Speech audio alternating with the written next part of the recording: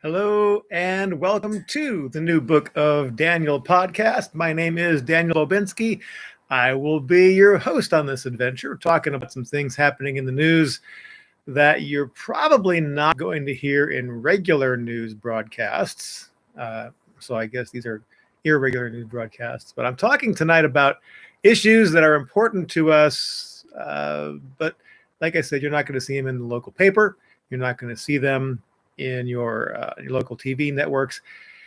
And we're going to start off with talking about President Trump, who, as you may or may not know, gave a speech in Florida at CPAC, the Conservative Political Action Committee. Oh, gosh, that's not the right word.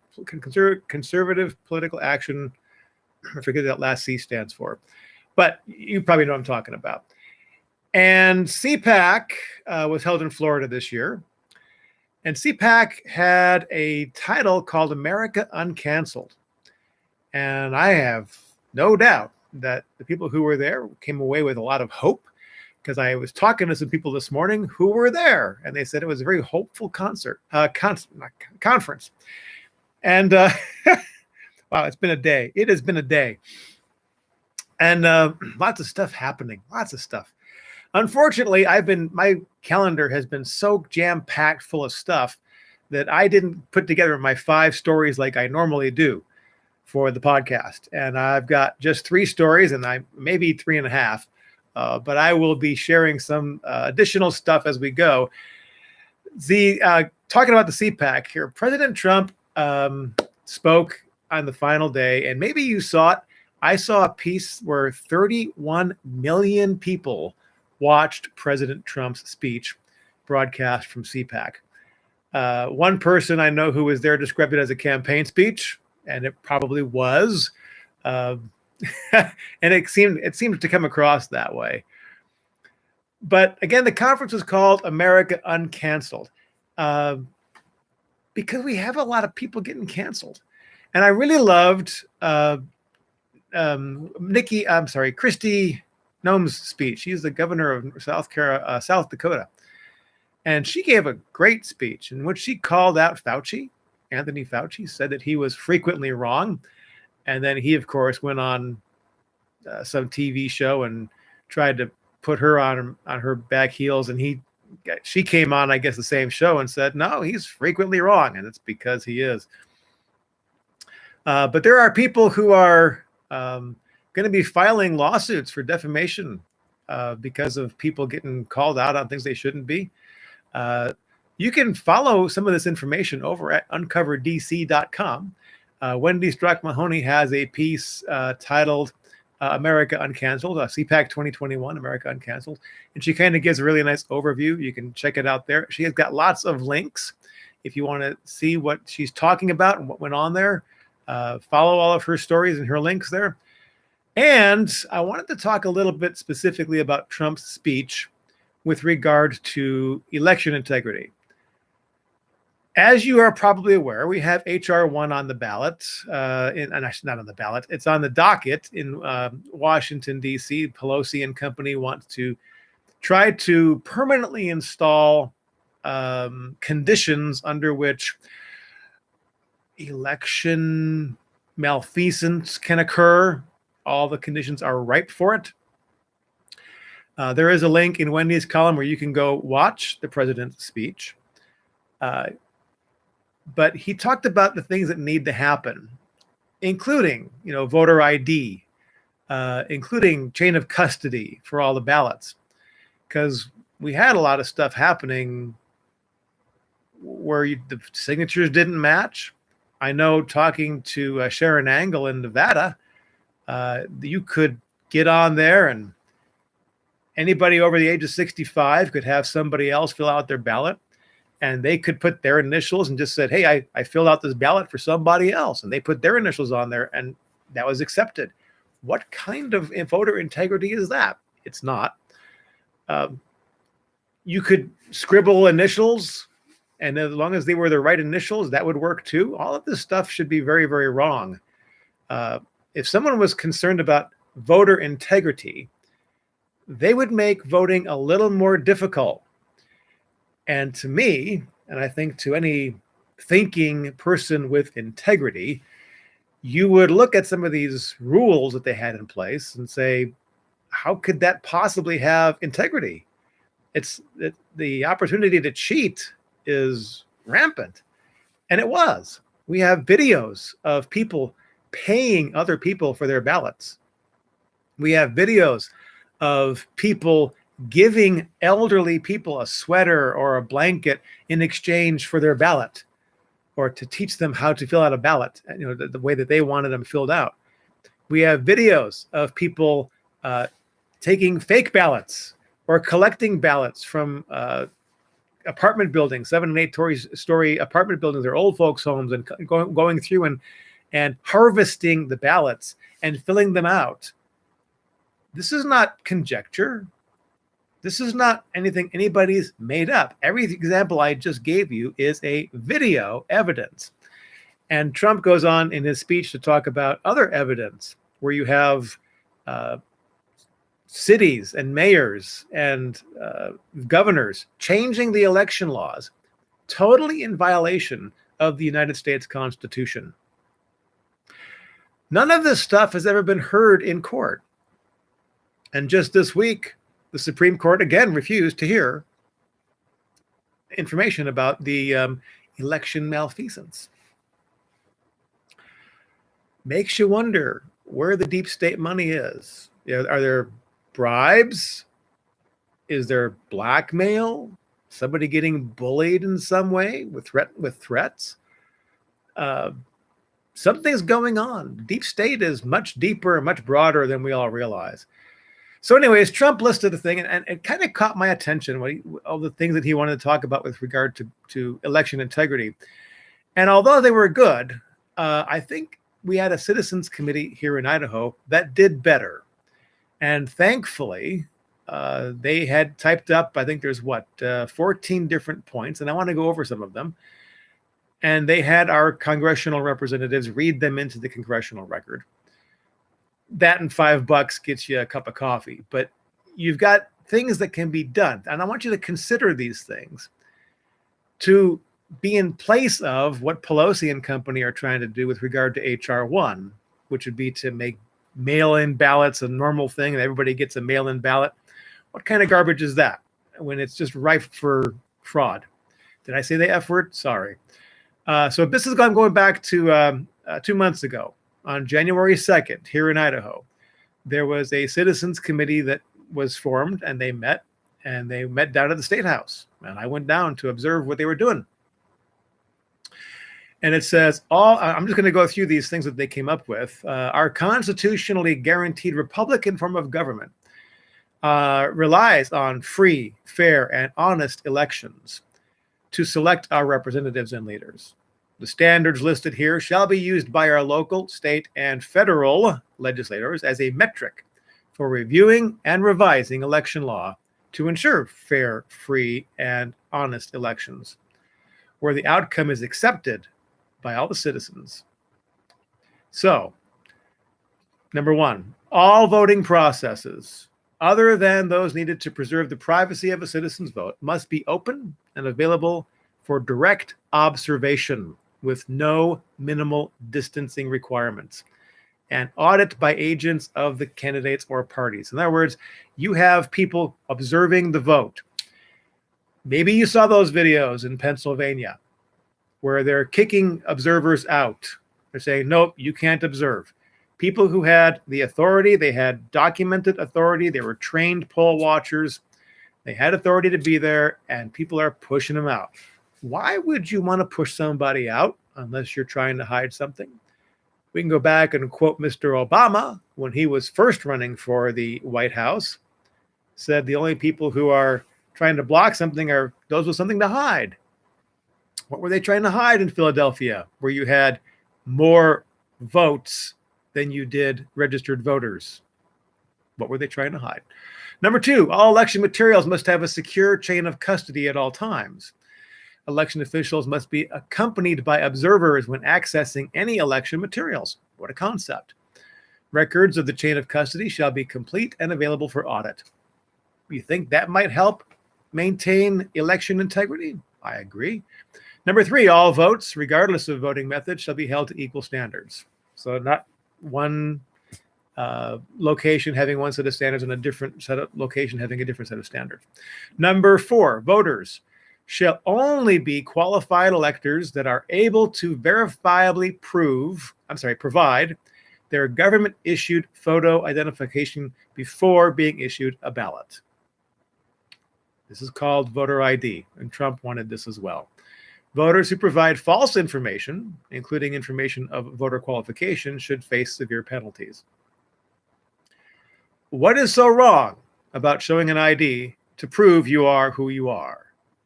And I've had arguments with otherwise intelligent people who I know to be on the left side of the political aisle, who get all iffy about this voter ID. Oh no, these are rights.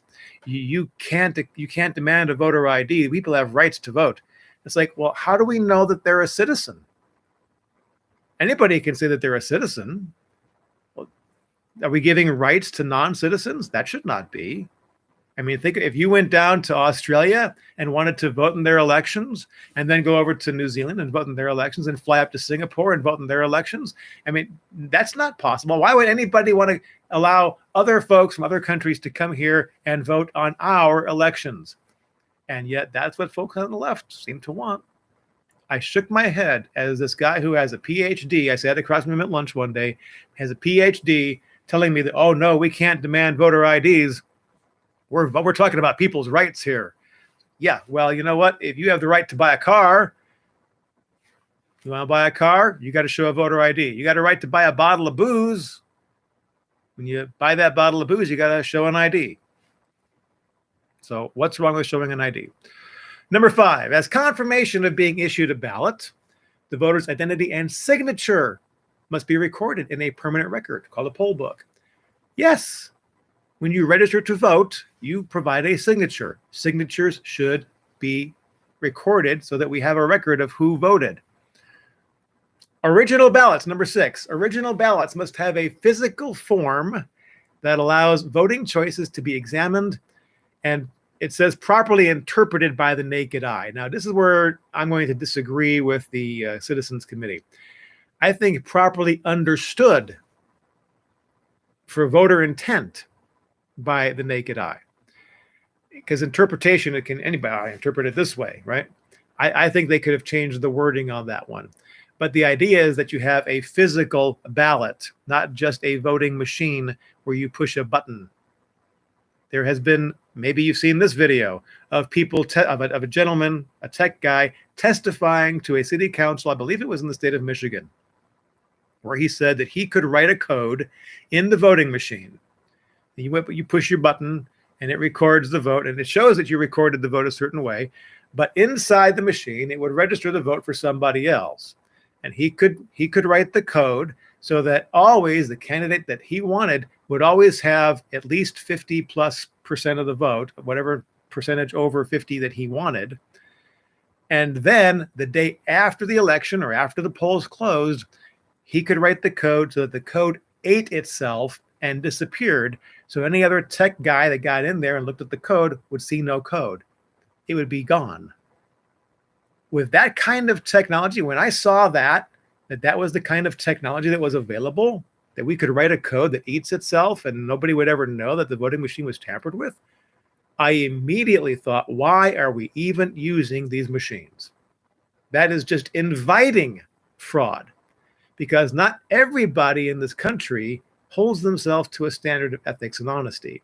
Some people don't care about cheating to get their way, as we have noticed the past 3, 4, 5 months in this country. Number 7, ballots must have features designed to prevent counterfeiting. You've heard maybe about the infamous watermark, which turned out to be not true, but wouldn't that be great to have a ballot that has a watermark on it? Especially you just make it mandatory. You go to the printer, you say, I want these ballots, they must have X watermark on them. Prevent counterfeiting. That way we don't have photocopy ballots. We have people with sworn affidavits that you can go Look at, I talked about this on my last podcast, and I'm forgetting the name of the website. General Michael Flynn had it linked on his article at Uncover DC. So if you go back to uncoverdc.com and look up the most recent posting from General Michael Flynn, he has in there the link where you can go to any of these swing states and look at all the affidavits of these people who've sworn under penalty of perjury that voter malfeasance exists. They're talking about how they photocopied ballots, how they saw people bringing in photocopied ballots where every ballot looked exactly the same, and it only had a mark for Joe Biden. The little circle filled in for Joe, and maybe it wasn't filled in quite right, and yet, so there's a little bit of a gap of white spot in the circle, and all these ballots had the exact same fill-in. Would that indicate maybe a photocopy occurred, and yet they're running these ballots through the machine? A little odd. So I think it'd be great to have a feature that prevents counterfeiting. Number 8, an auditable, there's a word for you, system for tracking the status of all ballots must be implemented and maintained in the state of origin. So if it's going to be an Idaho ballot or a Maryland ballot or whatever state you're working on, it has to be a way to track that ballot in that state. So you can't bring in ballots from out of state. The total number of printed ballots, I love this one. The total number of printed ballots must equal the sum of the number of cast ballots, spoiled ballots, and unvoted ballots. This is my favorite. At the beginning of the day, every precinct counts the number of ballots they have. Stack of ballots, they're paper. And then throughout the day, people are casting ballots, and some people make a mistake and they need a new one. That's called a spoiled ballot, and that goes into a separate pile. And then you have uncast ballots, ones that people never marked up. So let's just use a round number. If you got 100,000 ballots, that's pretty big for a precinct. But let's just say a precinct has, you know what I'm talking about here. Pick 20,000. That's actually for a district. That's a small district. A precinct might have 1,500 ballots for that precinct, 1,500 homes in that precinct.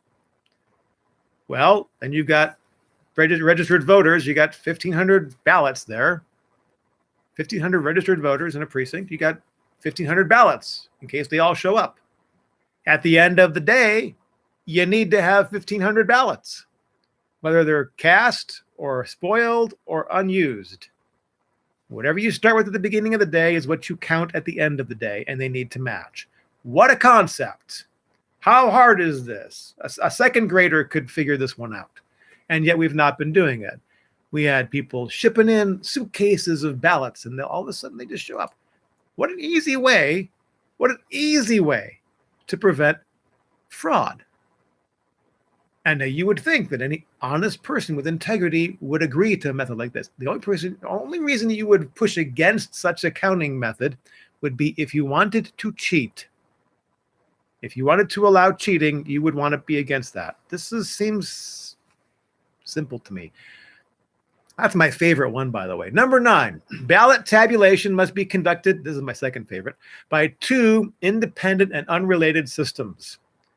The difference in totals between the 2 systems must be less than 1/2 the margin of victory, or 0.1% of the vote total, whichever is less. In other words, if you're going to have a scanning system where you're going to run your ballots through a scanner and it's going to give us a total, then let's use another method that's totally unrelated. Not another scanning system, something different, perhaps hand counting, like we used to do for hundreds of years.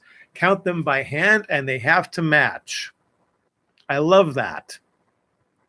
Because maybe you've seen the video of the guy doing the experiment where you have the guy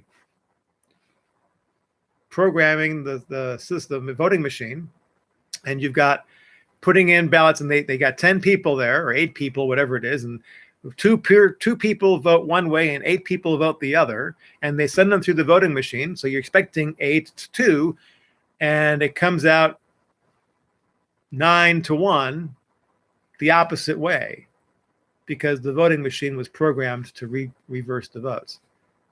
Voting machines, no matter how, even if they're just scanning machines, you can still have the paper ballot and the scanning machine can still flip-flop it. So we need to have two different systems of comparing and contrasting the vote totals. That's true. Good point. You'd need twice as many ballots because you could have more than spoiled ballots. That's an excellent point on the comments on this. But you get my point. You would need to have X number of ballots per precinct and enough to have spoils. But basically, the truth is you count from the beginning of the day and you count at the end of the day. And however many ballots you started with, you need to end with. What a great way to reduce election malfeasance. All right, number 10, before the results of an election can be certified, the ballot counts must be reconciled with the voter records.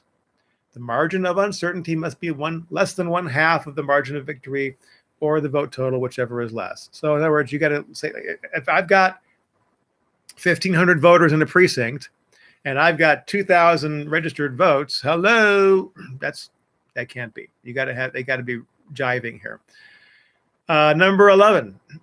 List of qualified electors must be purged or unqualified persons 180 days before an election. I love this. Voter rolls should be vetted and compared with available government records to identify duplicate or ineligible registrations. That's a lot of work, but I don't think voting should be easy.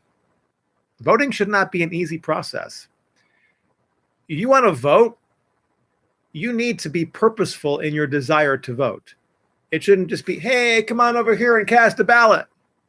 You need to want to vote.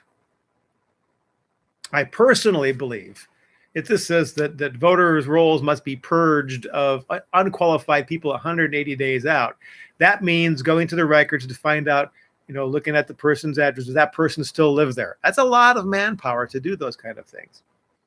It would take a lot of design for some electron wrangler to design a program that could match otherwise. It would take a lot of manual labor. But I personally believe, this is my personal belief, that all voting every 4 years, all voter rolls get purged. That's my preference. And if you want to vote in the next general election every 4 years, then you have to go back and re-register. That's my idea. But you need to have some sort of purging because people move. And we saw this in California. So somebody moved, we saw this in Nevada. Somebody moves out of Nevada, they move down to Arizona, they're still on the voting roll in Nevada, and the person is driving up from Arizona to vote in Nevada because his name was never taken off the voting rolls, and yet he lives in Arizona. So then he goes back and votes in Arizona. That was happening. We know that was happening. So you need to have some sort of way to purge. Number 12, laws and regulations governing an election may not be changed 180 days prior to that election. Trump pointed this out in his speech at CPAC. He said, you know what? We got people changing the election laws 2 and 3 days before the election. Can't do that. Not and maintain voter integrity. No election laws changed 180 degrees out. Number 13, all election records should be retained and preserved for not less than 22 months. I do believe that is still the case. But it's interesting to me that, like in Georgia, they are not letting people examine the machines. They're supposed to be able to examine. That's why we have this law that all voting records are preserved for 22 months. So you can go back and check them. That's great. But you still have to be able to examine them. And the people in Georgia aren't letting people examine the machines. So, number 14, last one. Voter identification for provisional ballots must be verified with information provided by the voter prior to that ballot being counted. So if you walk in and it's these provisional ballots, and I think people need to be registered to vote. I really disagree with same-day registration. I really do. I think it just invites malfeasance. It's my word to replace the F word, F-R-A-U-D. You should register to vote before the election. My recommendation is 30 days before. You just move, great. Sorry, too bad, so sad. You need to register, in my opinion, to vote 30 days prior to an election so that the voter rolls can be checked. Otherwise, ripe for FRAUD.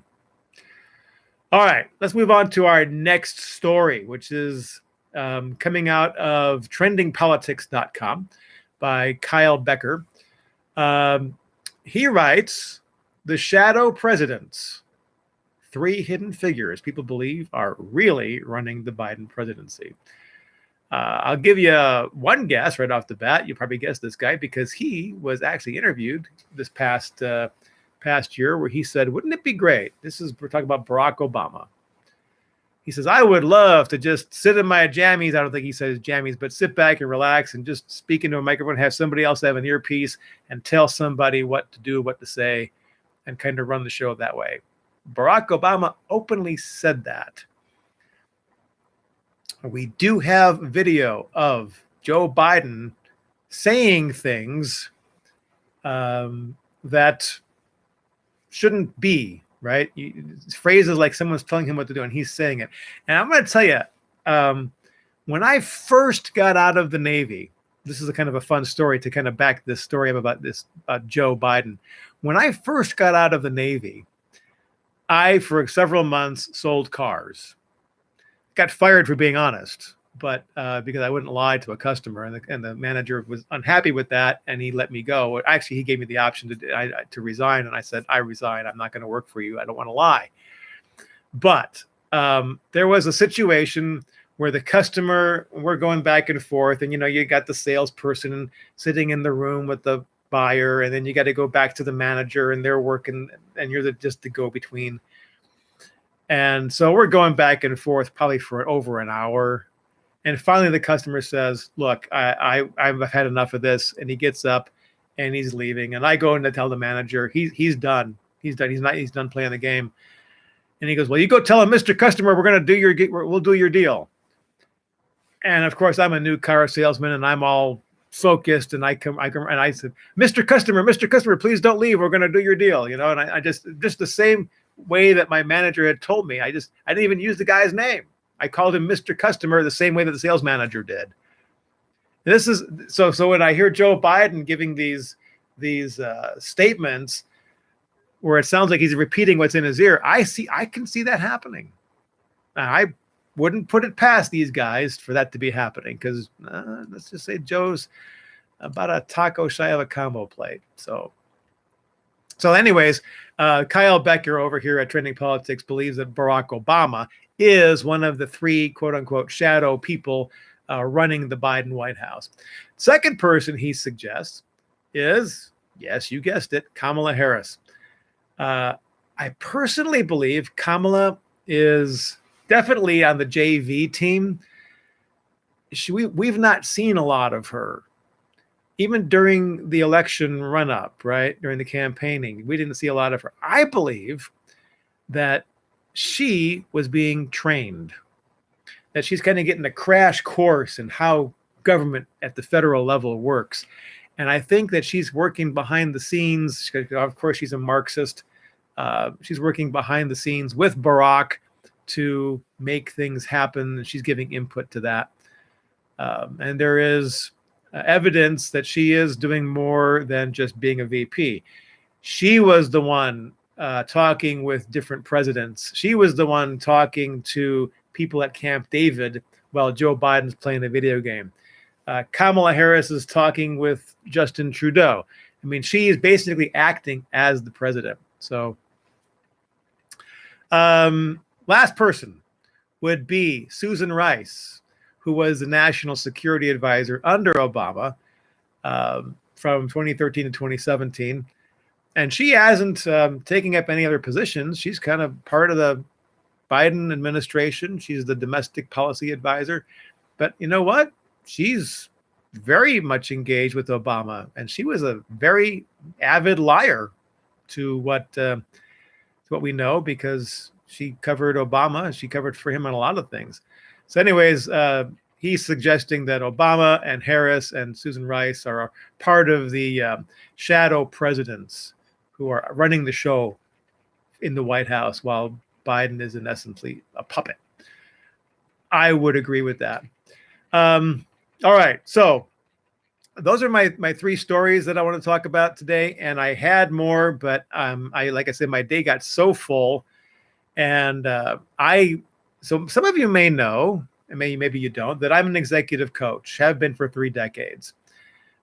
Worked with a lot of people in Fortune 500, even Fortune 50 companies, a lot of mom and pops as well, and some individuals. Lately, I've been working with professionals, and I don't want to mention any specific industries, but people who oversee high-level, intense decision-making that really need some help with emotional intelligence and things like that. So, but I've been working with people like this for 30 years. I was teaching emotional intelligence since before emotional intelligence was called that.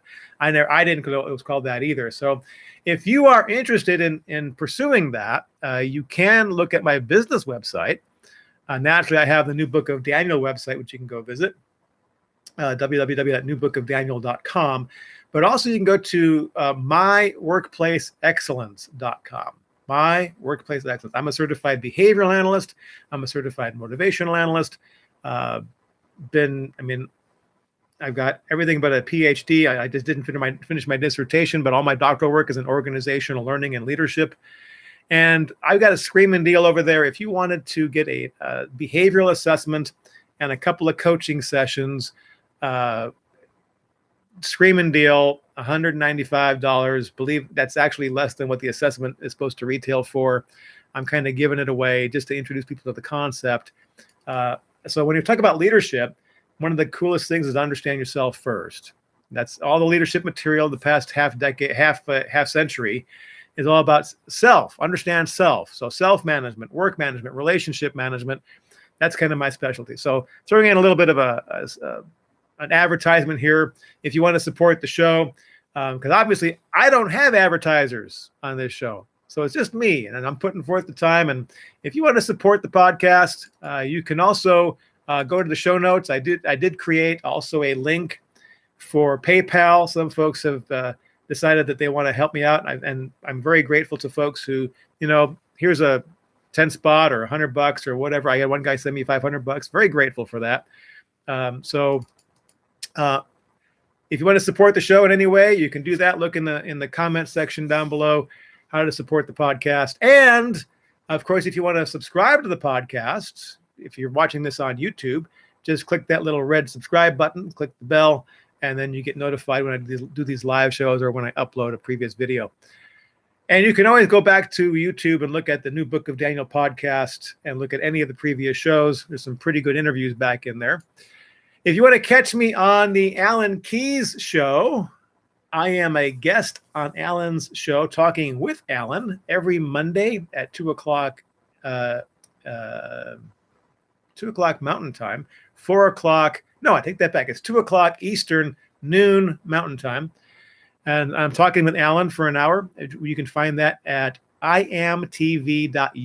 iamtv.us is the website for that. And then if you want to catch me on my own show, because Alan gave me my own hour on his network on Wednesdays, which is that's at 2 o'clock Mountain Time, 4 o'clock Eastern on Wednesday afternoons. And again, that's iamtv.us,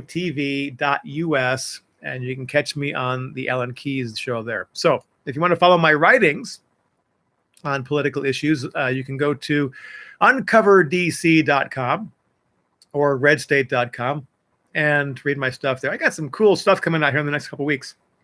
So you want to go back and read the article about Dr. Vladimir Zelenko, and that is probably the most powerful interview I've ever done. You can watch the interview on the YouTube channel, and you can read about it at uncoverdc.com. You want to find out the truth of what's going on with hydroxychloroquine and zinc and what really happened. I just let the man talk. It is probably the most profound interview I've ever done. So if you've not seen it or read it or heard it, go back and listen to that and recommend it to your friends. Very powerful, informative interview. Dr. Zelenko is just full of information. All right, where am I at? We're going to get a hold of me. Easy way to do that is follow me on any of the Facebook, New Book of Daniel Facebook page, or MeWe, or Gab. Twitter, I'm no longer on. They didn't like my version of the truth, which is truth. But so they said bye-bye to me and lots of other conservatives on Twitter. But you can still find me on Facebook.com/New Book of Daniel, MeWe, New Book of Daniel, Gab, New Book of Daniel. And if you have a comment that you want to share with me or a little insight or a question, feel free to contact me through the messaging boards there. And if you got an idea for a story that you think I should do, well, contact me that way as well. Happy to respond to you and talk about that. And with that, I am at 35 minutes, and I'm going to call it a day because been a lot of stuff to do going on today, and I still have a lot of stuff to do. So with that, I thank you so much for tuning in. And this is what? So we're doing Wednesday's news. Yeah. So check again on the weekend. I'm doing at least 2 of these a week, live stream. And there's all sorts of cool news happening. So tune in to uncoverdc.com and find out what's going on over there. All right. Until the next time, you are listening to the New Book of Daniel podcast. Until next time, go ahead and be blessed. Bye now.